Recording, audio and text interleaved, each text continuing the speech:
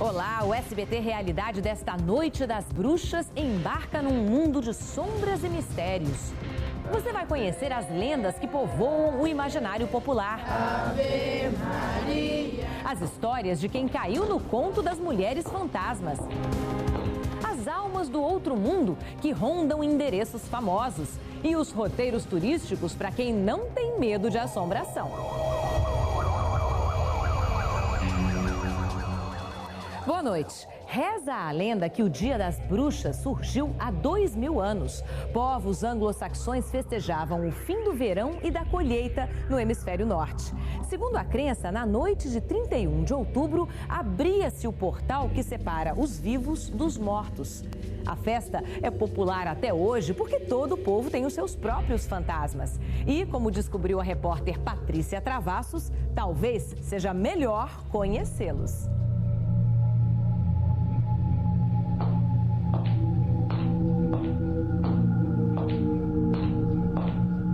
Dizem que viram. Só eu vi uma mulher toda de branco. Contam que sentiram.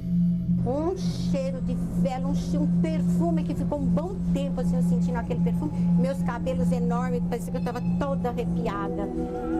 Falam que escutaram. Pisado igual uma mulher andando no corredor de salto. Só que a gente desce a escada, não encontra ninguém. Aí o cabelo rompeu, você volta, né? Rapidinho, porque você não tá vendo ninguém. E chegam a jurar. Eu vi um garoto, mas sabe, todo uniformizado com uma boininha, tipo, parecia um marinheirozinho. Eu virei, chamar um amigo pra ver, não tava mais lá. Era uma vez uma sombra que tinha o sonho de virar gente. Dizem até que esse é um desejo bastante comum. E é por isso que durante o dia, ela é a nossa maior companheira. Para onde quer que se vá, ela segue junto. Mas quando o sol se põe, a história muda de figura e a sombra se transforma em assombração. Pode reparar, a maior parte dos mitos e lendas que envolvem fantasmas se passa à noite. Sob a luz da lua, já diz o ditado popular: todos os gatos são pardos.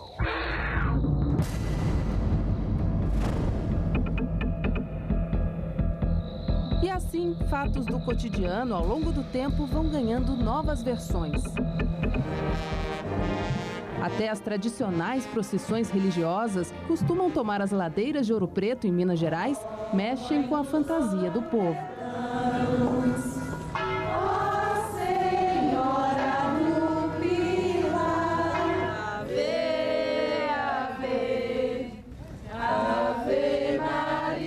Senhoras e crianças participam da recriação da lenda da Procissão das Almas. Ave Maria. Quem dirige a ação é Chiquinho. As alminhas na frente, as alminhas, fica bem bonitinho. A Procissão das Almas é um caso muito tenebroso que tem aqui na cidade de Sabará. A profissão de Chiquinho? Faxineiro de escola. Mas a vocação dele você ainda vai saber neste programa que desembarcou em Sabará, cidade da Grande Belo Horizonte. Aqui reza a lenda que... Foi nessa casa, nessa janela, que a senhora recebeu o osso da canela de defunto, que na verdade era uma vela, ao ser apagada, transformou-se num enorme osso, né? E aí a vela, no terceiro dia, morreu, e até nos dias de hoje, segundo a lenda, faz parte da procissão das almas. O dono da casa empresta a janela para a donzela se debruçar e se diverte com o mito criado exatamente onde ele mora. Minha mãe contava essa história pra gente da coisa. E ela falava que existia mesmo, que as pessoas sempre falaram sobre essa lenda da procissão das almas e que a pessoa desmaiou e que tinha um osso, etc. Aí, aquilo ficou na memória da gente. Para não ficar só na memória, Chiquinho resolveu registrar. Lençóis apostos, velas acesas, começa a encenação. Boa noite, minha senhora. Vejo que estás aguardada até essa hora da madrugada. Deixarei contigo, portanto, esta vela. Obrigado, meu senhor. Isto é uma vela sagrada e ela não pode ser apagada. E amanhã, à meia-noite, eu voltarei para buscá-la. Sim, senhor. Ficarei com a vela. É uma lenda que a gente vai ouvindo desde criança. E o engraçado, quando o Chiquinho me chamou para poder fazer esse papel do chefe das almas aqui, é porque eu sou o devoto das almas. Então toda segunda-feira acendo vela para as almas e tudo que eu peço para ela, ela me atende. Fique com Deus. No caso da lenda, a donzela não pediu nada, mas recebeu uma lição. Ela não saía dessa janela nem para fazer xixi. Ela ficava só cuidando da vida dos outros. Era muito frutiqueira. E aí, nessa noite que a procissão das almas passou e deixou com ela a vela, então eu acho que é o castigo merecido por isso. O castigo, claro, é o elemento principal da cena, o grande finale. E já que estamos em Minas... É um pão de queijo que eu mandei fazer na padaria ali. Tá aquele fresquinho. É tudo improvisado, né? Tudo. É o filme mais barato do mundo, R$12. Nada se compara ao orçamento de Chiquinho, mas os filmes de baixo custo são comuns no cinema de terror, principalmente no Brasil. Quem não se lembra das enormes unhas que marcaram as assombrações de Zé do Caixão? Ou morrer para viver. Causar medo faz sucesso desde os tempos do cinema mudo. Nosferatu, o vampiro dos anos 20, era dentuço, asqueroso e careca. Na década de 30 surge Drácula, bem mais elegante. I am Drácula. E aparece também o desajeitado Frankenstein. Mais tarde, a profecia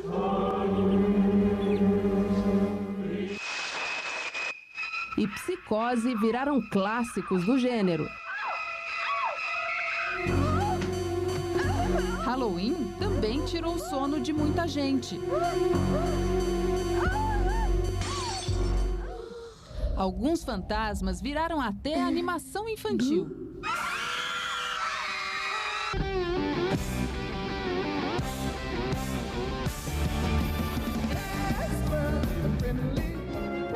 Gasparzinho, o famoso fantasminha camarada, nasceu nos Estados Unidos, mas tinha tudo para ser brasileiro.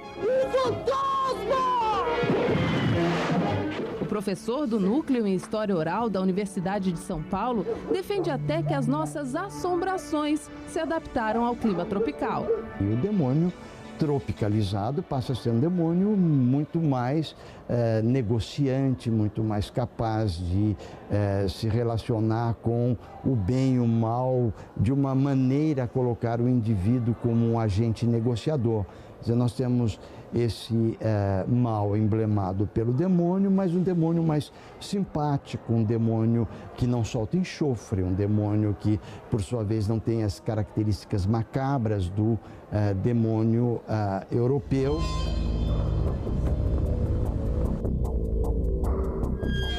Aqui em Minas, várias histórias confirmam essa ideia de que os nossos fantasmas são camaradas. Dizem até que são eles que conhecem certinho o caminho do ouro. Os caçadores de fantasmas chegam até a oferecer cachaça e cigarro de palha na esperança de receber uma indicaçãozinha de onde está a riqueza. Mas assim como nem todos conseguem encontrar o ouro, os fantasmas também não aparecem para qualquer um. Se a gente procurar ouro aqui, costuma a gente tomar chibatada nas costas. A gente não pode mexer. O que é dos antigos e tem que ficar lá, não pode ser tirado aqui de dentro. É fácil ficar assombrado dentro de uma mina de ouro estreita e sinuosa, um labirinto debaixo da terra. E se a visita for guiada por Jefferson, então, ele faz questão de apagar as luzes e acender as velas para contar algumas histórias macabras do tempo da escravidão. Quando o nego roubava, quando o nego fugia, ele era castigado. Tomava umas 20 chibatadas lá fora, depois um banho de água com sal, e com aquelas correntes, ele ficava preso dentro da mina. E ficava gemendo, ficava muitas vezes gritando. E morria dentro da própria mina. E essas pessoas que morreram aqui dentro, muitas vezes, a gente, quando está aqui, escuta elas ainda chorar. Dá para ficar um pouquinho com medo.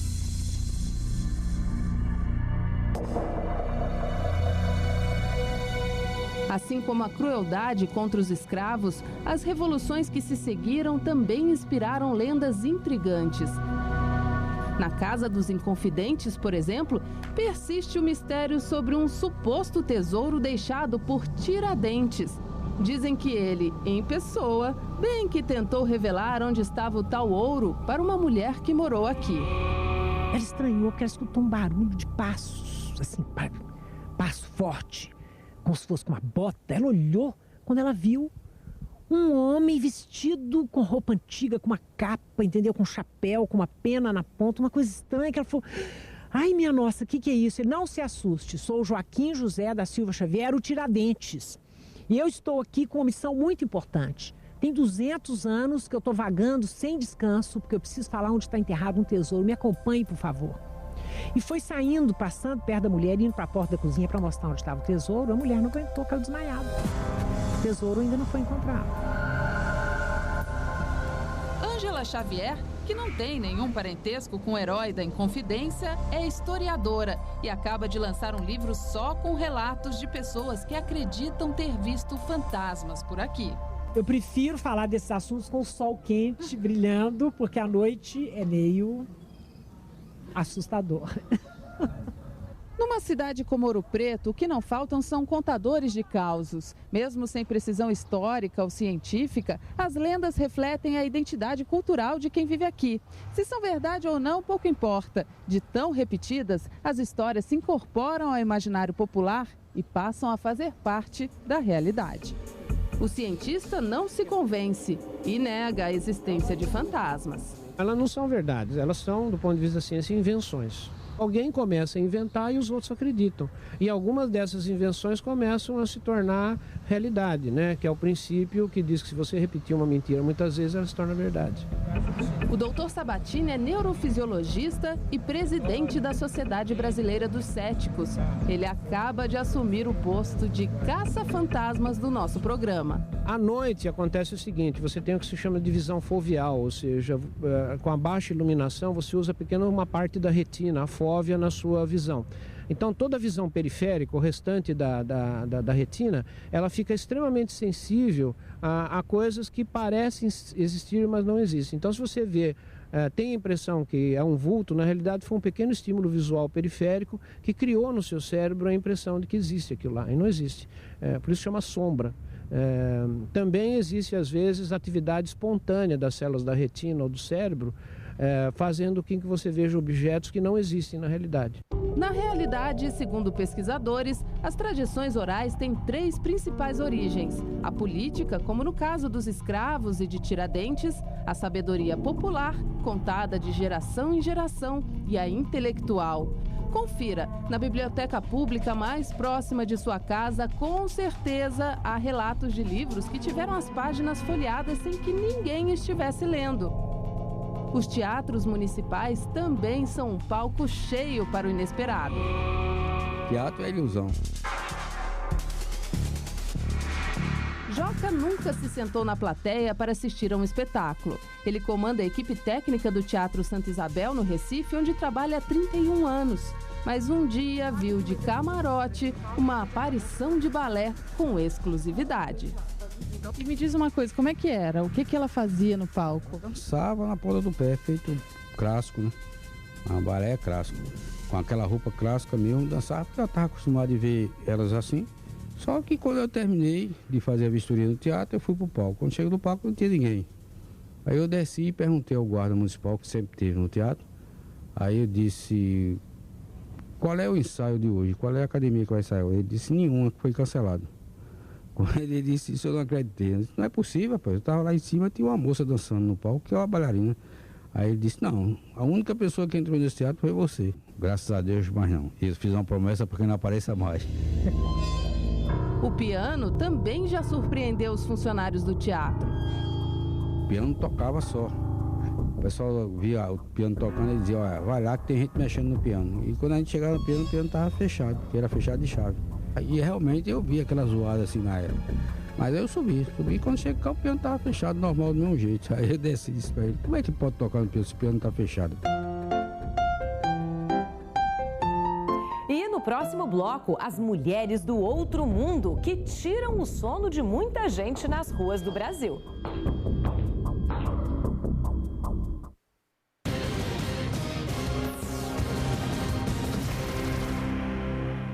Loura, morena, vestida de branco, preto, não importa. As mulheres fantasmas estão por aí assombrando muita gente. As histórias podem até variar conforme a região do país, mas uma coisa é certa, todas são de arrepiar.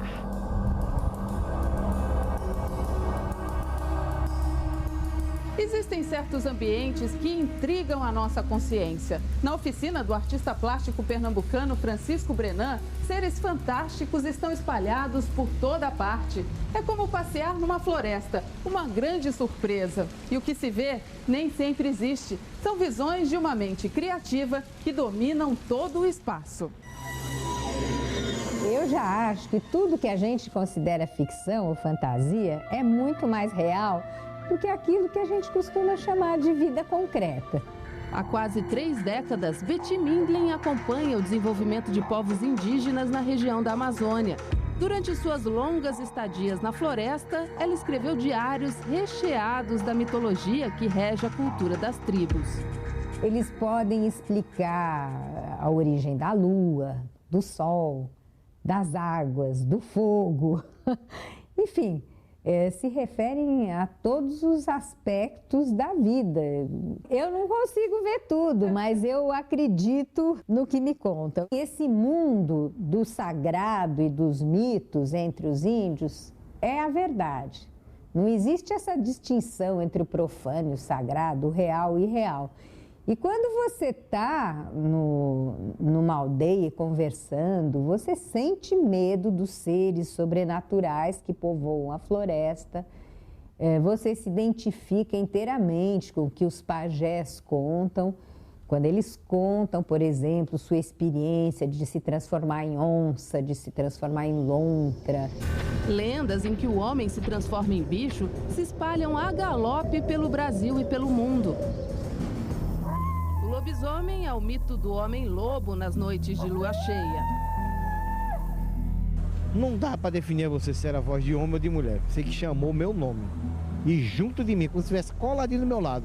Eu olhei, não tinha ninguém. Aí eu lavrei, piquei a mula. Deixei lá e fui embora. Tá aí, mais uma lenda. A mula sem cabeça. Contam que é o castigo da mulher que namora padre. Há muitos mitos em que, por exemplo, uma mulher está sozinha e fala assim: ai, estou vendo uma arara tão bonita, se essa arara viesse homem para casar comigo. Aí ela olha do lado e vê um guerreiro maravilhoso, todo pintado de genipapo, com armas, querendo abraçá-la. Ué, quem é você? Mas você não me chamou? Como chamei? Eu estou aqui sozinha. Ué, eu sou a arara. E assim tem outras histórias, né? Há um homem que é rejeitado por todas as moças e que de repente vê uma abelha. Ah, abelha, me consola, eu estou aqui tão desprezado.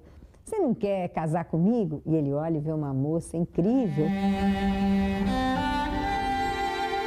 Dizem que as mulheres são todas iguais, imprevisíveis. Pode até ser, mas só no mundo da fantasia. De norte a sul do país, as figuras femininas que surgem do além têm muito em comum. Elas aparecem sem marcar hora e, ao mesmo tempo em que seduzem, assustam, se fazem notar e logo em seguida desaparecem.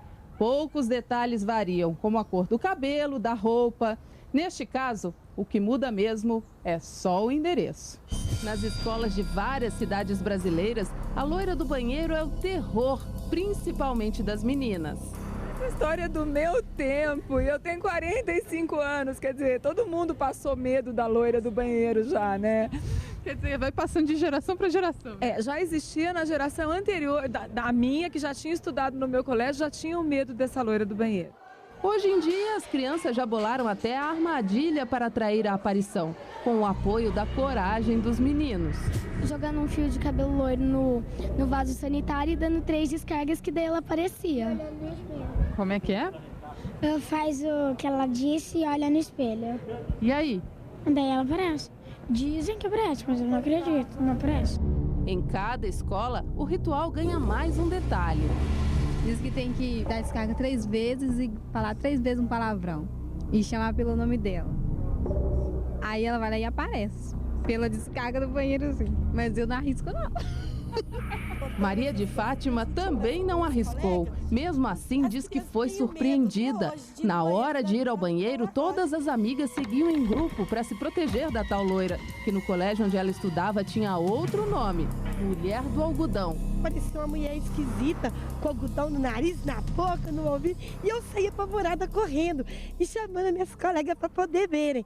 E 3 pessoas já viram isso. E eu quase pulei da escada de tanto medo. Medo teria a Mulher do Algodão se ouvisse a risada de Fatinha.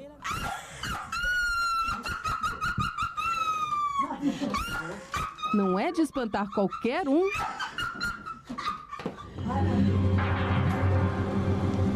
Em São Paulo, uma outra mulher ronda os 26 andares do edifício Martinelli, o primeiro arranha-céu da América Latina. Loira e vestida de branco como uma enfermeira, ela já foi vista perto do elevador pelo menos uma. Passou uma senhora por mim de branco, né? Eu falei, 1 minutinho, por favor, que eu já volto, porque eu pensei que a pessoa fosse descer no elevador. 2. Dei de cara com a loira no elevador. Aí, nessa que eu voltei, ela já não tava mais, né? E como é que ela era? Era uma loira grande, assim, 1,80m, vestada de branco. E do nada sumiu. Quando eu voltei, ela já não tava mais. Eu achei estranho, mas pode ser uma loira bacana. 3 vezes. Enfim, eu acho que todo mundo vê, todo mundo tem a vergonha de falar, né?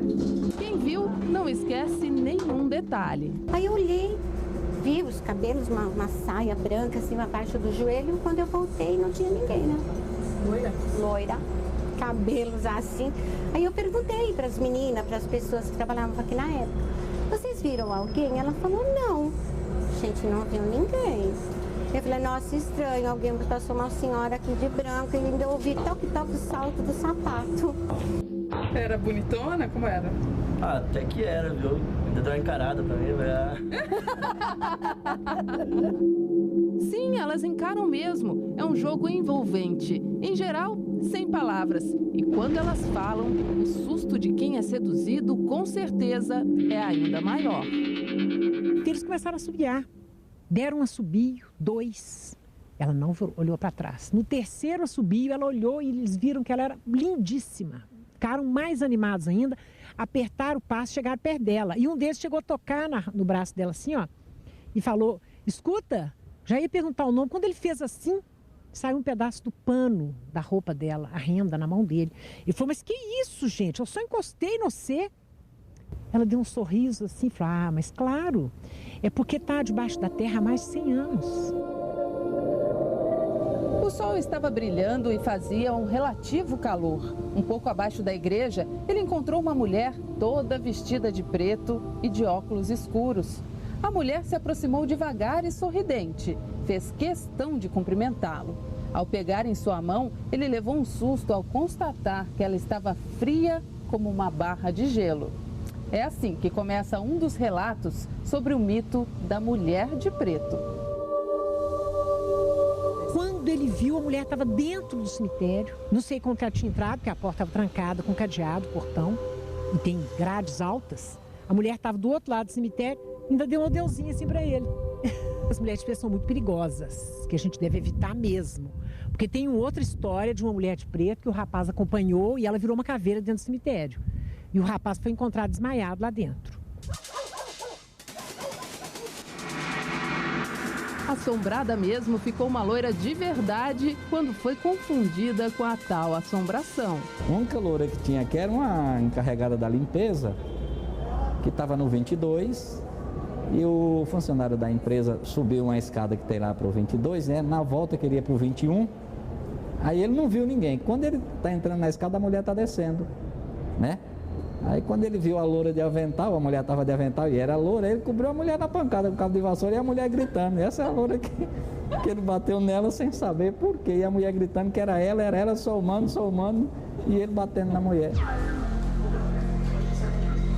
Teve Teve uma outra história de um segurança que trabalhou aqui, eu não sei por onde ele anda, que já saiu daqui. Ele uma noite estava aqui, veio fazer uma ronda no 26, ele deu até uns tiros na parede. Uma pessoa, uma senhora foi de encontro com ele e ele ficou meio maluco, precisou sair daqui. Todo mundo fala, mas você trabalha no Martinelli e você não tem medo de assombração? Eu digo, não tenho. Não tenho mesmo. Faz parte do dia a dia? Faz parte do dia a dia, estou tão acostumada. Mas tem aqui também, só não tem isso, as histórias de fantasma. Tem coisas boas também, né?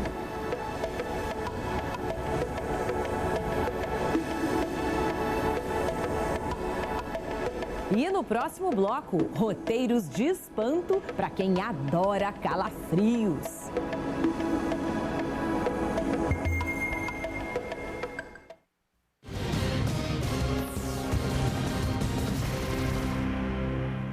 As lendas sobre espíritos e fantasmas, longe de afugentar, atraem muitos curiosos. Gente que adora um mistério.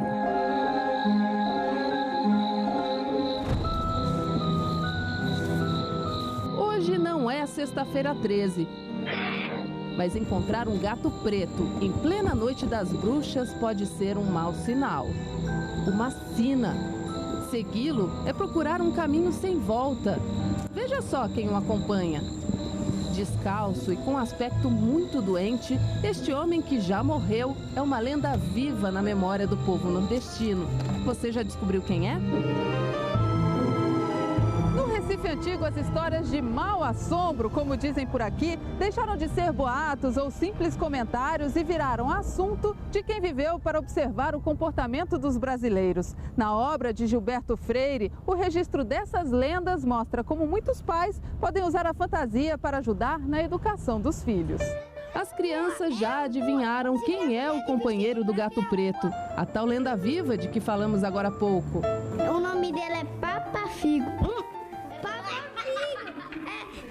Ele tava com a doença bem como é grave. Aí o único jeito dele, né, não morrer era comer fígado de crianças. Aí ele começou a comer. Como para o povo chamar fígado é difícil, chamam figo, né? Então diziam que ele mandava os empregados procurar criancinhas para tirar o fígado para comer para a sua cura. E aí assustava as criancinhas da cidade. Ai, pronto. Então as mães que queriam que os filhos ficassem muito quietinhos debaixo das asas dela, diziam, não vai para a rua, senão o Papa Figo te pega. Dona Sônia cresceu ouvindo estas e muitas outras histórias aqui mesmo, nesta casa, onde agora funciona um museu aberto à visitação de quem se interessa pela obra do pai dela. Onde é que vocês estão? O que é aqui? Na casa de Gilberto Freire. E quem é Gilberto Freire? O escritor de Casa Grande Senzala. Foi ele quem escreveu também o já reeditado e atualmente esgotado Assombrações do Recife Velho. Talvez tivesse mais medo quando o papai contava a história de Cabeleira. Cabeleira dizem que foi um malfeitor que assustava criancinhas e mulheres. Então ele andava pelos canaviais. E cada pé de cana era um pé de gente. Aí é uma coisa, tem uma musiquinha. Sai da frente, Rosa, Cabeleira vem, pegando menino e mulher também. Então todo mundo saía correndo, porque Cabeleira, para o imaginário, devia ter senhora Cabeleira. Ler estas páginas é como seguir o trajeto do Gato Preto. Baseada neste roteiro, de tempos em tempos, a Prefeitura recria in loco, com a ajuda de atores, algumas das lendas mais famosas da cidade. Depois do Papa Figo, que tal conhecer a Mulher Emparedada? Eu não tenho medo de assombrações. Não? Não, nada me assusta. Não diga isso, Felipe. Não, sem antes conhecer o trágico fim desta pálida jovem. Ela só ganhou as ruas e a liberdade para ver e conhecer o mundo depois de definhar até a morte entre as paredes duplas deste casarão. Dizem que ela já foi vista assim, vestida com roupas de época e tudo, vagando pelas noites daqui.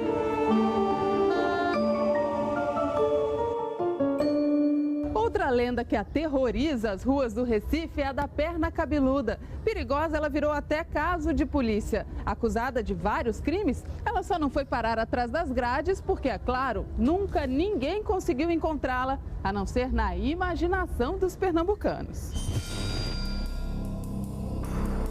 A imaginação não tem limites. A maior prova disso são os nossos sonhos, que nos levam aos lugares mais incertos e improváveis. O sonho é a nossa oportunidade de ficar loucos periodicamente, né, sem sofrer as consequências. O nosso cérebro ele fica liberado para ter uma série de fantasias que às vezes nós mesmos temos dificuldade de distinguir se foi real ou não. Existem sonhos que são tão realistas que no dia seguinte a gente não sabe dizer se aquilo lá foi real ou não. E existem histórias reais que de tão terríveis parecem um pesadelo. Este castelinho foi cenário de um crime bárbaro no final da década de 30 em São Paulo.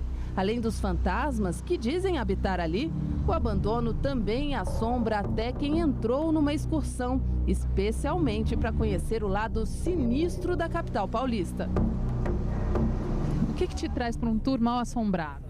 Curiosidade. E com isso, a gente pode se preencher a alma da gente, ter assuntos para conversas, né? Muita coisa boa, muita coisa boa. Assunto mesmo teria Dona Deise se as assombrações dessem o ar da graça por aqui. O ambiente é propício, mas e se aparecer a gente vai bater o maior papo.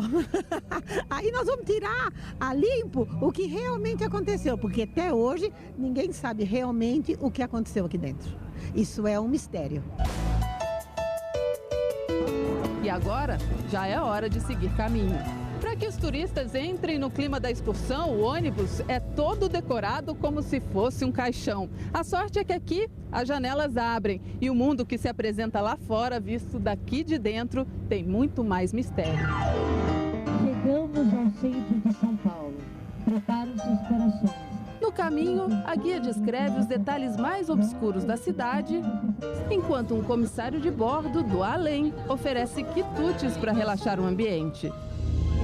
E a cada parada, uma descoberta. Assombrações da cidade vêm acompanhadas da história da cidade. E é justamente o que mais me interessa, conhecer o lugar que eu moro e saber como é que foi constituída essa história.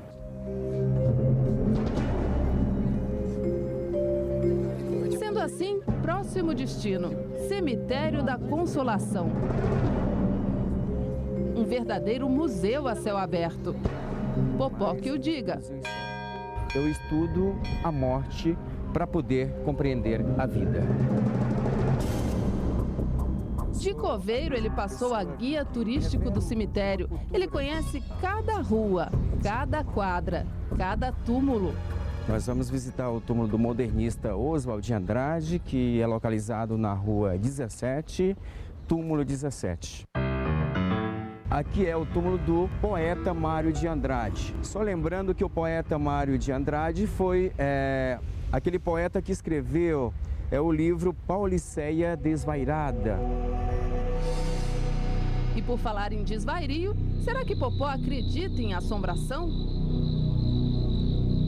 Eu acredito que existe, mas só que eu nunca pude me encontrar, me deparar com algo que possa me assombrar. Nunca. Tiago, assíduo frequentador do cemitério, não pode dizer o mesmo. Estava passando pelas ruas, né, no cemitério, eu e mais um ou dois amigos. Aí de repente ouço barulho e vejo só o vulto da pessoa, o vulto. Quando eu corro para ver a pessoa, eu não vejo ninguém, eu só vejo o vulto mesmo.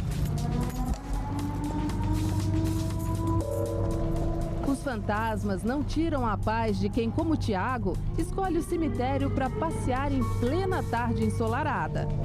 Normalmente a gente caminha no cemitério, a gente gosta da arte, a gente gosta da cultura também. Entre um túmulo e outro, uma pausa para a leitura. E minha alma na treva agora dorme, como um olhar que a morte envolve em luto.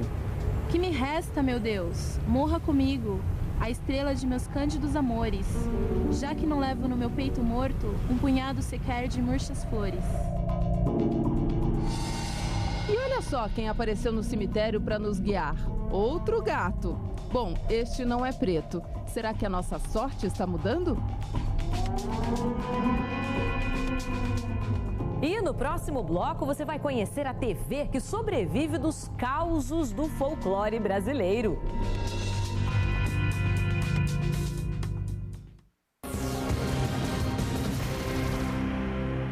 Histórias de terror alimentam o folclore e a imaginação, mas na vida moderna nem sempre há lugar para crenças populares. Por isso, um brasileiro que adora a assombração deu um jeito de manter vivas as tradições.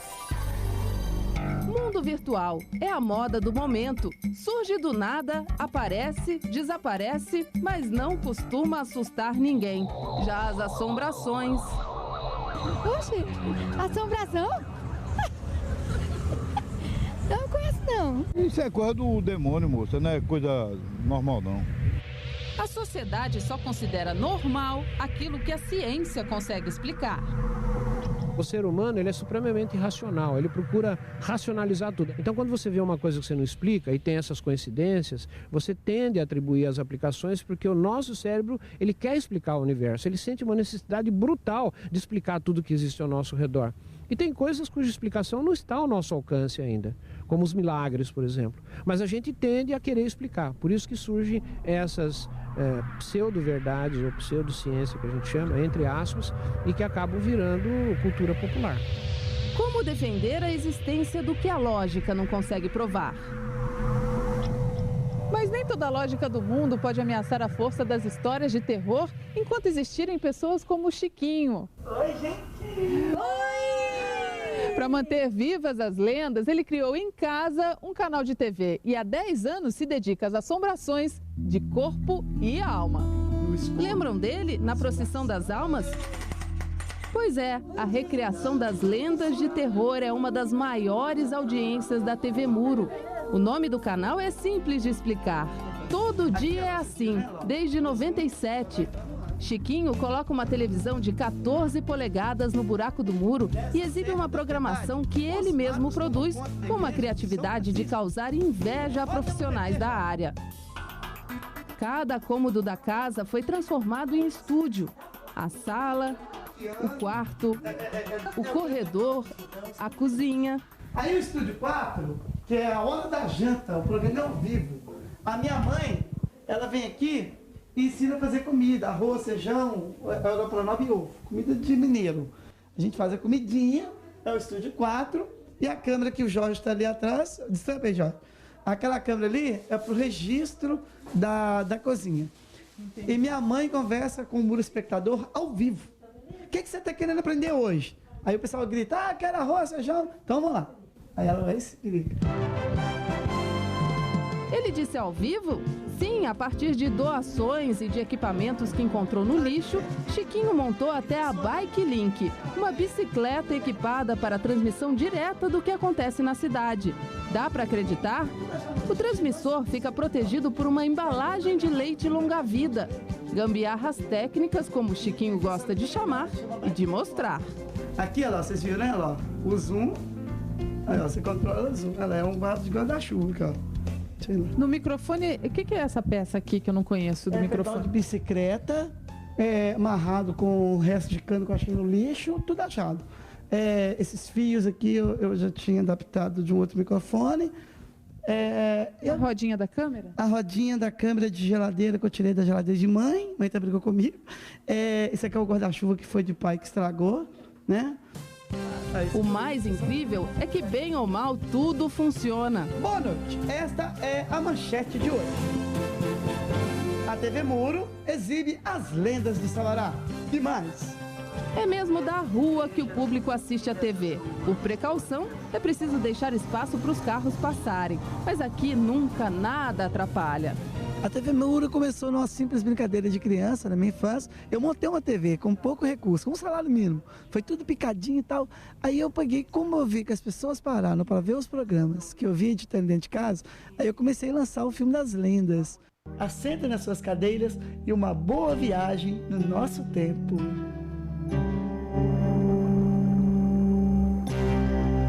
Sabará traz agora as suas lendas e seus misteriosos causos de assombração.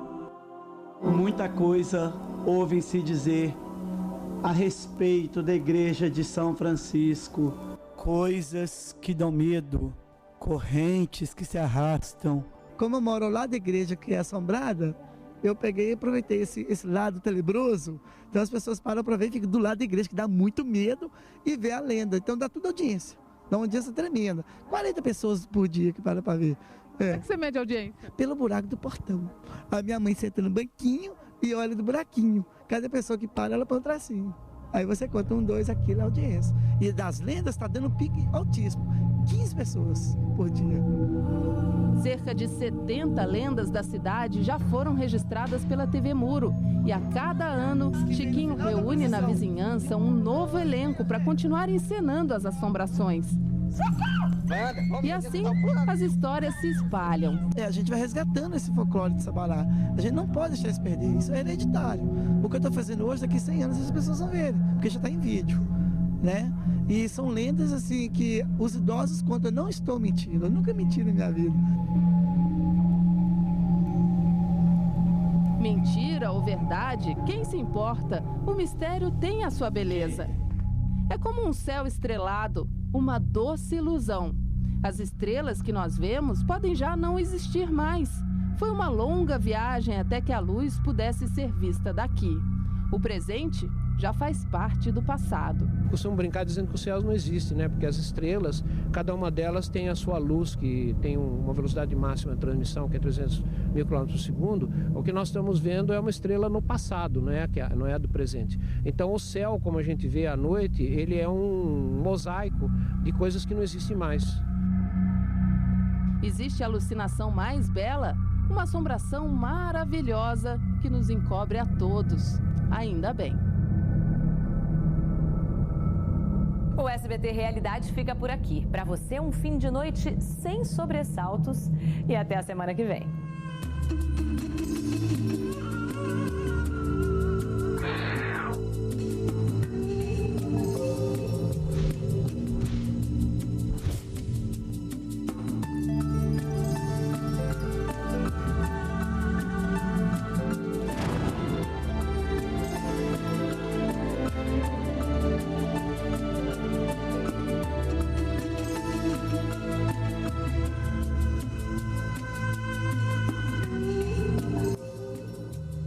Obrigado por assistir a programação do SBT. Assista agora Jornal do SBT. Nós somos o SBT Canal 5 de Belém do Pará, ZYB 200.